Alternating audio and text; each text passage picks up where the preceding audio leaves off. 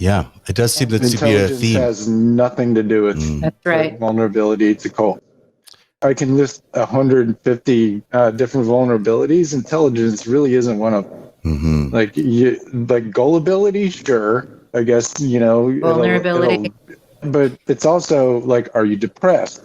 Are you very religious? Are you right wing? Are you racist? Do you do yoga? Are you in New Age? Right?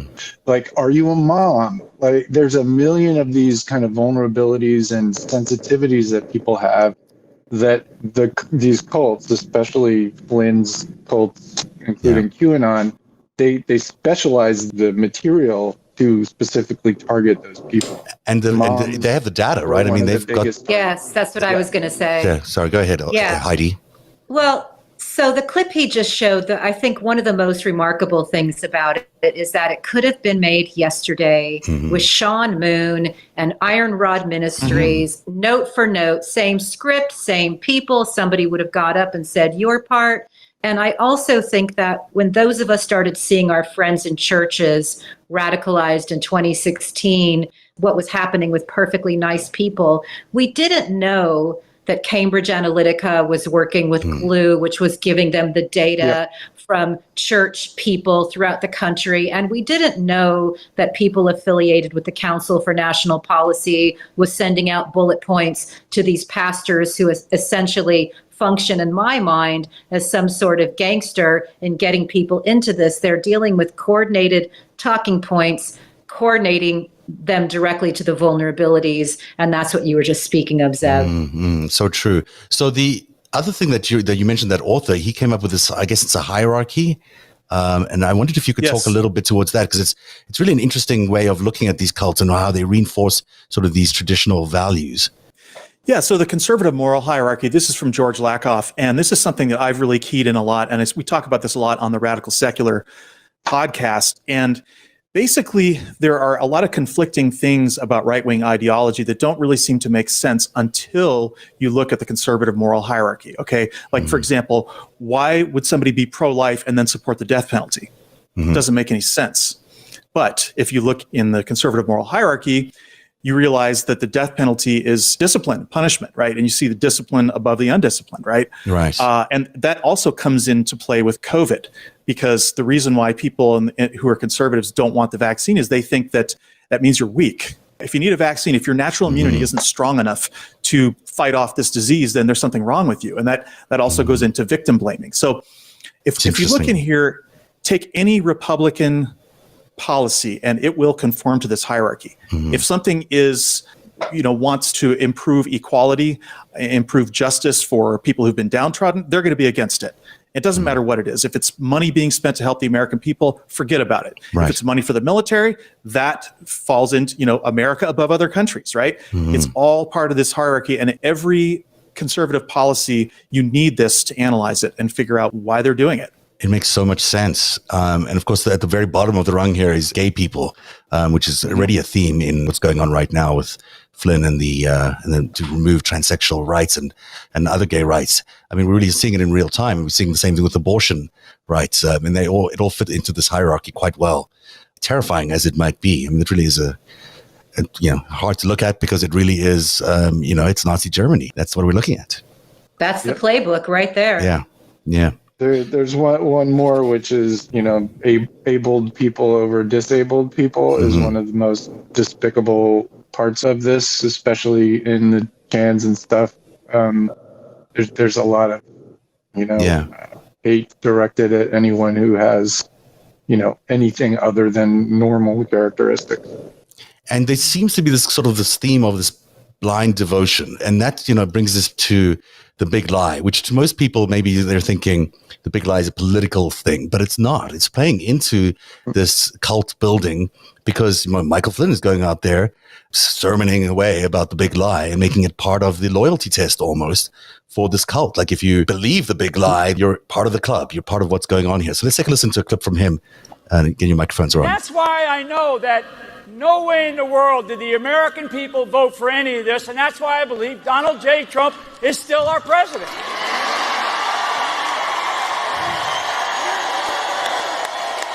So this clip was actually right before the other one. Okay. The one where he did the prayer. Yeah. This is literally right before. So he's telling everyone they've got to believe the big lie, and then he's cementing it with this pledge almost.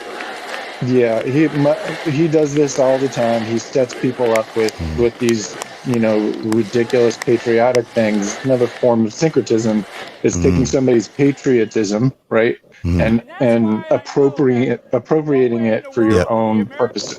Yeah, like all the flag waving and the "Make America Great Again" and "America First," all that shit is appropriating patriotism into what is effectively Nazi. And the Nazis did that too. Yeah. So one more clip here is really interesting, related to COVID and what you just mentioned. This is an anti-vax event, but it looks like a church service. They've mixed and matched a lot here. Yeah. Well, this is one of Flynn's events, and this is a guy named Arthur Pawlowski, who's a Canadian preacher who basically has taken it upon himself to infect as many people with COVID as possible. Really does seem like this is a super spreader event. No, he's doing it on purpose. This is intentionally. Look. I mean, none of these people are vaccinated. They're all in the cult. And they're walking around without masks. They're piling together and crying on each other because this psychopath is feeding their brains full of bullshit. And so all of these people are just exposing themselves. This guy is a monster.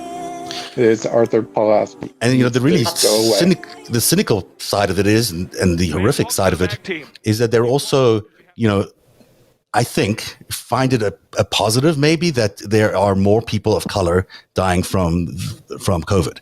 So there's the spin-off from going to a super spreader event like this is you then go to your communities and spread it to your communities, which includes people who are non-white, and then those people might be more susceptible to dying, because all the facts are showing that there's just way more people of color that die from COVID.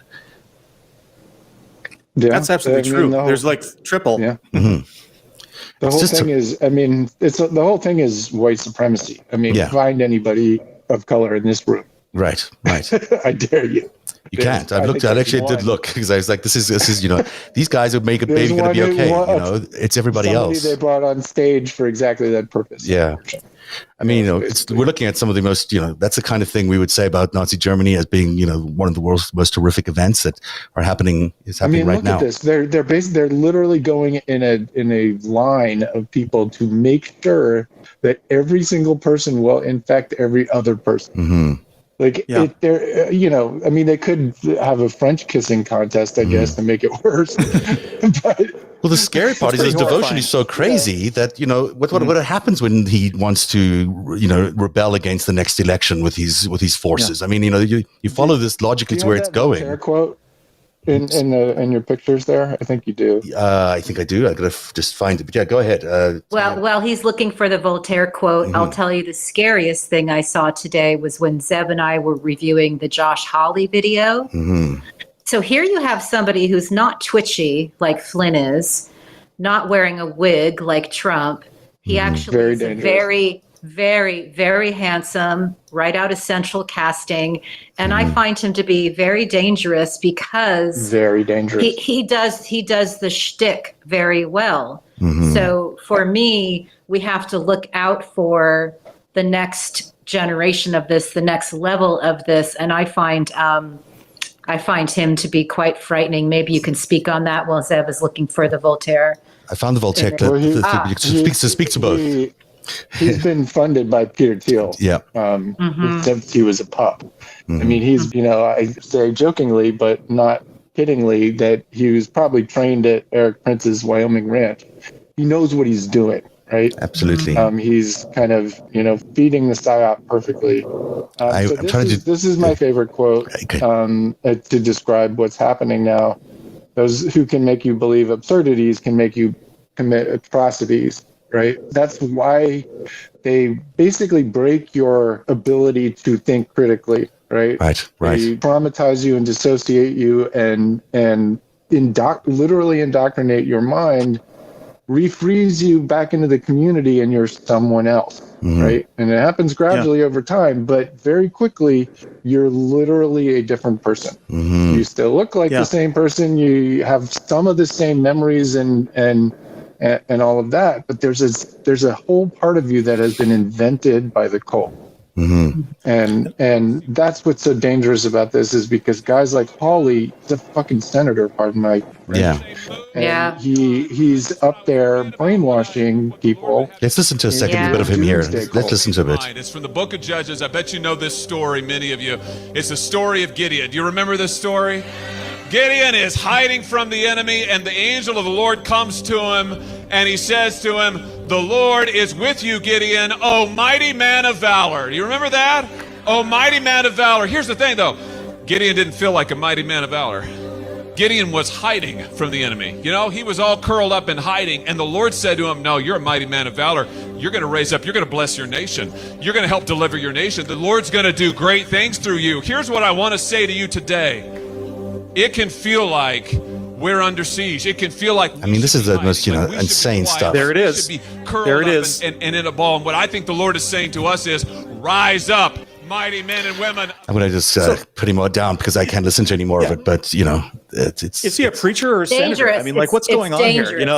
And this is the siege mentality is exactly what was developed to a fever pitch in our cult as well. We felt that everybody was against us, and so I want to say something though about cults and religion in general, and that is that if all of these things appeared completely evil, no one would fall for them. And I think the problem is that with everybody gets something out of religion, this meaning that Lauren Dawson was talking about, and I'm sorry, but this really is a problem with Christianity in general and religion in general, not just cults. And we're seeing a sitting senator speaking to a crowd like a preacher, and just absolutely, this is frightening stuff, because a lot of people relate to these stories. A lot of people want to see this kind of religious takeover of our government. They would like it if all 100 senators were talking that way. I mean, to some extent, although, I find it so hard to believe that these are probably the most privileged people in the world. I mean, white Americans are probably the most privileged class you could be. This shithead went to Yale. He was in Skull and Bones. And no, he's a victim. How is he a victim? He's a senator. He's has had a path to success paved since he was born, and now here he is, acting like he's being oppressed. These people are not being oppressed. There's no oppression going on here. Flynn does this very frequently too. He, if you listen to his Tucker Carlson interview, literally half of it is him talking about how persecuted he is, and most perniciously, he says over and over that when the government attacks him, it's just like attacking the American people. Right. Yeah. That's what he says every single time. And it's an incredibly dangerous lie, right? Because it means he's transferring, this fake persecution that he has to them. They start feeling it, and you build up enough of that stuff, and you get terrorists. And you've got a man who potentially will be a dictator. I mean, he certainly looks like he's building himself a following that could set him up to be a Fuhrer. I mean, if you have a military coup, you need a general to lead that coup. It just feels to me like that's what their intention is. That's where they're going. Go ahead, Sean. I know you want to jump in, and then I'll play some Tucker. Yeah. Look at what these people have done since Trump started in the beginning. First thing, he went after judges. He's gone after the media. They've gone after academia. They go after scientists. And then Trump in 2020 went after our elections, right? So basically, you can't trust anyone except me. That's what every cult leader says. Everybody else is lying to you.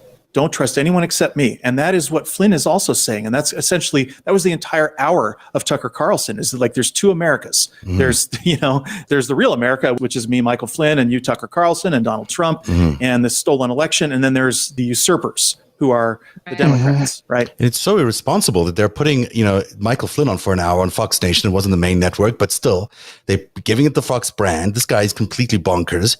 He's a cult leader.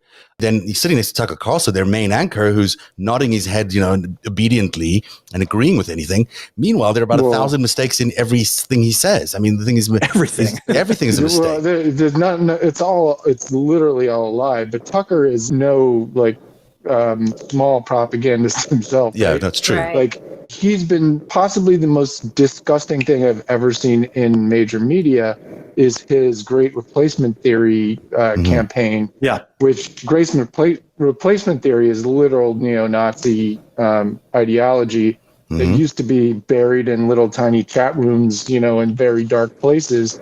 And now Tucker's on Fox, saying it literally every night. He said it right before Flynn came on. Flynn says versions of it. It is inciting the racial war. It is basically a much big lie.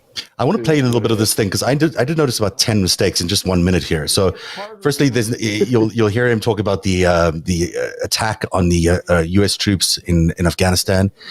And how he interprets that. He calls for Milley to resign, a bunch of other things, which of course he would never have done, and didn't really want to resign when he was fired by Donald Trump. But let's listen to this, Michael Flynn talking to Tucker Carlson. Gate of Kabul International Airfield.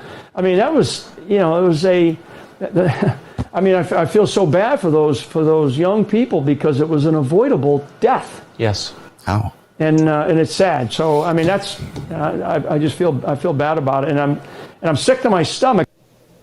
It goes on here. I couldn't live with myself if I was Milley. I would have said, "Look, I've screwed this up. I obviously didn't read the intelligence, or I did something wrong. So, here's my stars. I'm going to resign." I mean, I just can't imagine. Good idea, Mike. That level of leader not feeling, and for anybody in his position to say, "Well, I work for the president, and the president said he has every bit of confidence in me." Well, guess what? The American people probably don't. But I'm telling you, it gets harder and harder for those moms and dads to say to their son or their 17 or 18-year-old son or daughter to say, "Yeah, go join the military," after we just witnessed what we just witnessed. I mean, the 13 that were murdered by the Taliban, the 13 Marines, not by the Taliban, a sailor and a soldier that were murdered in that tragedy, the tragic attack at the gate of Kabul International Airfield. We've heard this stuff. Yeah. I mean, he gets the name wrong of the 2 days. Yeah. That's 2 days after It's such a lie. Prince said there should be a missile attack on Kabul airport. But he blames the Taliban. That was not a mistake. He was saying Taliban on purpose. He got the airport name wrong. He said it was avoidable error when, of course, we all knew it was coming and we knew where it was coming from. Certainly, Vladimir Putin indicated it was coming well in advance. And can't forget that Michael Flynn, I will never, ever lose the image of him at dinner with Vladimir Putin at the RT conference in 2015 must have been. I mean, it's 2015 December. Yeah, side by side chatting with Jill Stein. Yeah, with Jill Stein. So it's not like we can the psyop from the left. Yeah. Right. So we can, more than assume that he is working for the Russians. We know that he's, pocketed checks from Turkey for $500,000 for trying to kidnap a cleric. We've seen now that he pocketed $200,000 for the nuclear arms deal. There's, odd Cambridge Analytica, NSO. Yeah, it's all by all of that. So he is he is for all intents and purposes a foreign spy, and yet he's operating in the United States as a leader, as a preacher, as a cult leader, and nothing can be done about him. Mainstream media. Yeah, and nothing can be done about him. So 2 things that I just want to say. One thing is that the right-wing victim machine really started in full force under Nixon, and that is one of the best tools they have. They've played that for decades. Each president, each of their minions, they create this incredible victim thing, and it's a pretty good shtick, and it works pretty well. And of course, part of what you see with Flynn, what you were saying earlier, Sean, is that we're seeing systemic attacks on all democratic institutions on all fronts in order to try to basically destroy what we've built, this democracy that we've built.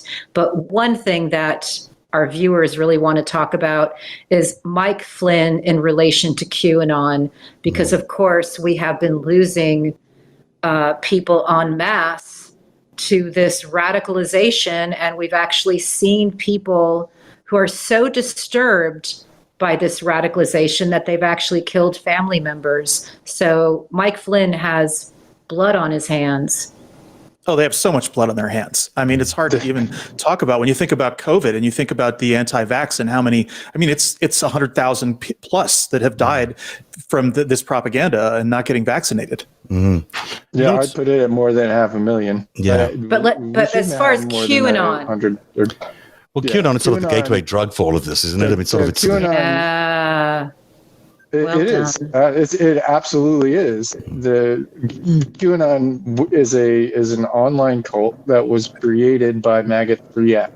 So we've talked about Maggot 3X on the show before. Yeah. Maggot 3X was headed by Flynn, but it was also Jack Posobiec, Mike Cernovic, and a bunch of those guys. Right. And there's all the receipts in the world that they created Pizzagate. Mm-hmm. And then that moved on to lots of other crazy stuff. They went underground, started playing a lot in 4chan, and basically hit the mark with QAnon in October of 2017. Mike Flynn's, fingerprints and associations are literally all the way through. Right. And Stop the Steal. I mean, there's another big thing. The insurrection, there's another thing too. Well, that was the payoff. That was the payload. Yeah. Or the first one. Right. And unfortunately, it was just a rehearsal. But QAnon was designed from the beginning, and I have the documents that say so, as a way to generate violent terrorism by indoctrinating people into a right-wing cult. And now we're seeing it in the homeschooling and the school boards. You're seeing these incredible, I think they're terrorist attacks when these school board assaults are happening that are, and even out of school, people are being followed around and stalked and threatened with violence. I mean, this is in the heartland of America. It's terrorism. Yeah, he calls it local action has a national impact. Well, yes. And it's around schools. What that means is terrorism. Yeah. Because when you take an act in order to manipulate political feeling, what you're doing with fear, what you're doing is terrorizing people for political purpose.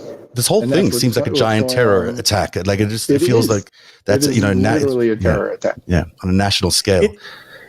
If you think about this, and I know that this has been said before, but I just want to reiterate that the QAnon content is very much like the blood libel story that has been used against Jews for centuries.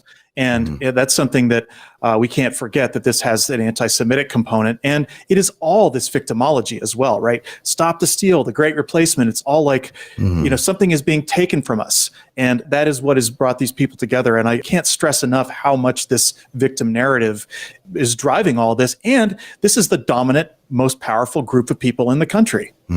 With the most weapons, who are buying extra, ammunition, and other munis are buying farms in Tennessee as bases or spiritual retreats. It's pretty daunting. I want to talk back to QAnon. I think both you, Jim, and Dave Troy have been on the show and said that QAnon has its roots within military intelligence or within intelligence, in the intelligence world. Do you still think that? Is that an accurate assessment? But I don't know if I ever. Or maybe it was Dave Troy that said it. I mean, QAnon is a domestic terror plot, basically, that is funded and helped by foreign actors. But it's not it wasn't a Russian operation. But an intelligence operation. IRA. I mean, look at Flynn. He's an intelligence guy. I think that's the point right there. There are plenty of people with intelligence background who were involved in QAnon, 100%. Robert David Steele, Michael Flynn, I could name 15 Bill Binney. There's a whole bunch of them that were legitimately in the intelligence community and basically turned into QAnon leaders. There's a couple other generals, Spalding and McInerney is another one. There are a bunch of these Vallely. I could keep going. These are Americans. These are Americans with intelligence knowledge, guys. So they know how to do this. Overtly part of talking about QAnon and helping out the cause doesn't mean that the only thing I bristle about a little bit is that Q is military intelligence. Q is a LARP. Q is bullshit. It was just an act that allowed them to psyop people with this fake presence. Sorry. There was the military intelligence was just the assholes behind it who were trying to figure out how to brainwash people on the How internet. to radicalize people Right. and get them to show up at the insurrection and try to, hang Mike Pence. It's all so dark. Well, this is what psyops are, right? I mean, this all what we're looking at here is all psyop.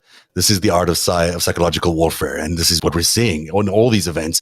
You have to be pretty skilled to get this done. You don't just get this to exist unless you've got those. Well, we those have skills. to acknowledge it Yeah. as a people. Yeah. Like the reason why I yell so loud and so much is because we just need to understand what's happening. Mm-hmm. Like we are literally at war, but only one side knows. Yeah. Right? Like all of this, like bipartisanship and all these old ideas about how politics works needs to go out the goddamn window. We should follow the law and that's it. This is a cult that will do anything and everything they can to destroy democracy and install a fascist theocracy. That's literally what they want. Yeah. And until How we start do we as a stop human them, being, Jim? as a country, recognize that situation is just going to get worse. So that Heidi's question is very pertinent. How do we stop them? How do we stop them? How do we stop this? There's more of us. We have viewers begging to know what we can do and how we can stop them. Pretty straightforward, honestly. We have to shut down the goddamn disinformation. I mean, first of all, Telegram needs to go away forever. It is a absolute cesspool nightmare of Nazis, cult leaders, brainwashing. I'm in there all day, or not all day, but a lot of the day, every day, because that's where it's happening. Right. There's, I don't know, 600 or 700 million people on that platform now. There are no guardrails whatsoever. And literally every kind of horrendous shit you can imagine is exploding there because everybody moved from Facebook and Twitter where there were kind of still some rules. They were doing their cult shit, but they couldn't get crazy. Telegram, they don't care. And Telegram is a Russian operation. Yeah. It's a Russian guy who lives in the UAE, for God's Right. sake. Yeah. That tells you everything you need to know. It's National an enemy, security like, stuff. platform. Yeah. And it needs to go away because I'm in there and I see people that I know. I have an account that's hidden, but my number's in there. So I see when people I know come in, and it's like every day another dozen people, usually the ones that I would see as vulnerable, like just getting sucked into that nightmare all the time. And the same thing would go for We can't do anything. We cannot fix a damn thing until we get rid of that, until we get rid of OAN and Newsmax and fucking Tucker Carlson, if not Fox altogether. and Facebook. That is the only all way of them. that we are going to stop this. We sort of need to get back to basics and get away from social media at all. But I mean, Turn the goddamn internet off would certainly help. it might Here's be what's going on, though. I think all of these things are basically confirmation bias engines, right, for people. And people are being told what they want to hear. That's why this PSYOP is working, because they figured out how to tell people what they want to hear and then slip in these messages as well. Because the anti-vaxxers, they already didn't like Big Pharma. They already didn't like science, and just goes on. The racists already believe the white replacement theory. So you tie all these people together and you tell them what they want to hear, and it is a perfect storm for disinformation. It really is.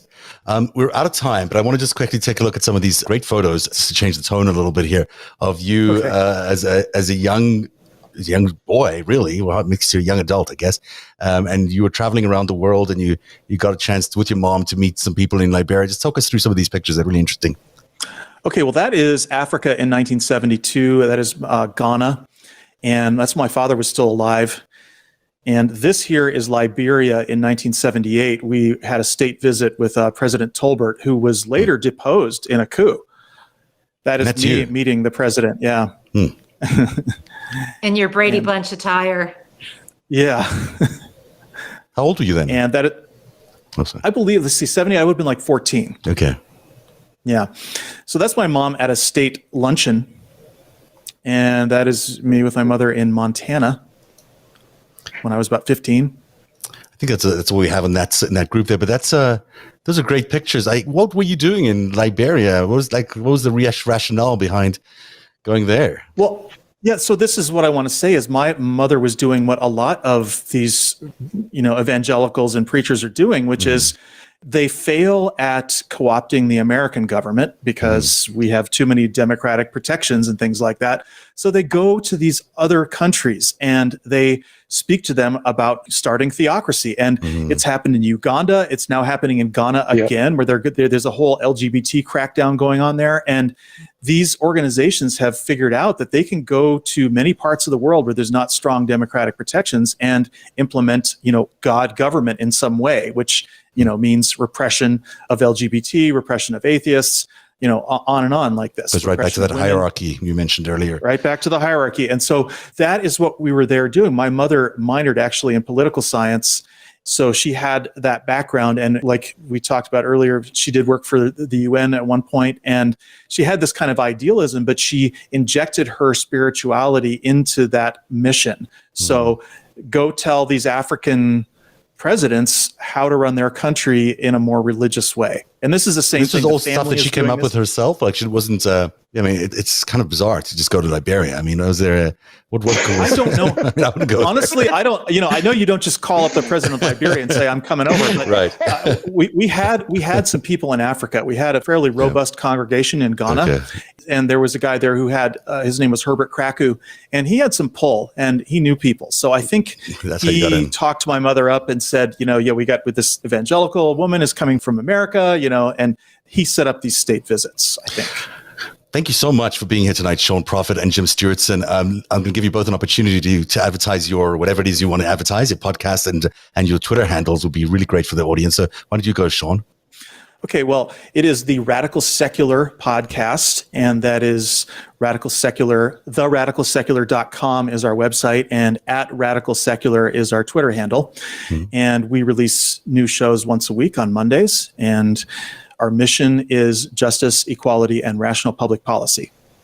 Those are good ones. Jim, where can people find you? I just yell on Twitter, so just put my name into Twitter. And, so it's @Jim Stewartson.